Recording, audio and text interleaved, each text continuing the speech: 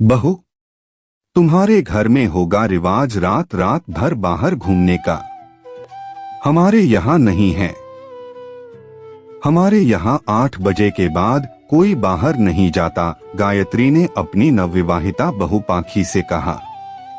अभी शादी किए 2 दिन नहीं हुए और देर रात घूमना फिरना शुरू।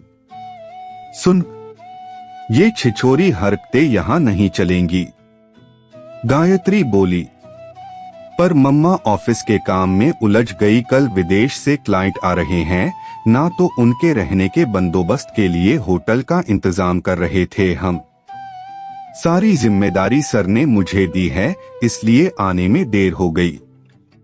सॉरी माँ, आगे से ऐसा नहीं होगा, पाखी ने अपनी सास से कहा। अगले दिन सुबह जल्दी उठकर सारा काम खत्म करके पाखी माँ के कमरे में गई और बोली, माँ मैंने सारा काम खत्म कर दिया है, अब ऑफिस निकल रही हूँ, हो सकता है आने में देरी हो जाए। पाखी बोली, अभी कल ही समझाया था इसे, पर ये कहाँ सुनती है। भला रमन देख लिया ना अपनी पसंद की लड़की से शादी करने का नतीजा, और करो मनमर्जी। रमन बिना कुछ बोले ऑफिस चला गया। शाम को जैसे ही पाखी घर पहुंची, सास उस पर जोर से चिल्लाई और बोली, बोला था ना तुझे कि जल्दी घर आ जाया कर, पर लगता है तेरे समझ नहीं आती, ये मनमर्जी कभी तो खत्म कर। पर माँ, आज तो मैं कल से जल्दी आ गई हूँ, तो अब तू मुझे सिखाएगी, गायत्री बोली। आजकल की बहुओं के यही तो रोना है, कुछ बोलो तो ज्ञान देने शुरू हो जाती हैं। बस करो माँ, बहुत हो गया। अभी तो मैं ऑफिस से आई हूँ और आपने एक गिलास पानी पिलाने की बजाय आप मुझे डांट रही हैं। अगर मेरी कोई गलती हो तो मुझे आप चाहे तमाचे भी मार लो, पर बिना किसी गलती के मैं क्यों आपकी बातें सुनूं।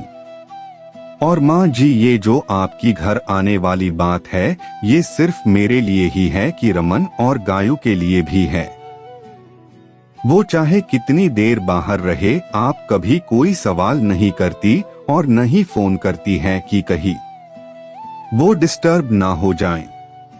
माँ, मैं घर और ऑफिस का काम से नहीं थकती जितना आपके ताने सुन सुन कर थक जाती हूँ ना। मेरा ऑफिस के काम में दिल लगता है और घर में आकर भी टेंशन ही रहती है। माँ को चुप हुआ देख पाखी बोली, माँ ये जो कानून है ना, ये सिर्फ मेरे लिए नहीं बल्कि सभी के लिए लागू होती है। शादी हमने आपकी रजामंदी से ही की थी, कोई भाग कर नहीं की थी कि आप हमें दोष दे। उस समय तो आप बड़ा चढ़ाकर बोल रही थी कि मेरी बहू मॉडर्न है, कमाऊ है, हम किसी बंदिश में नहीं रखेंगे। उसे अब क्या हुआ?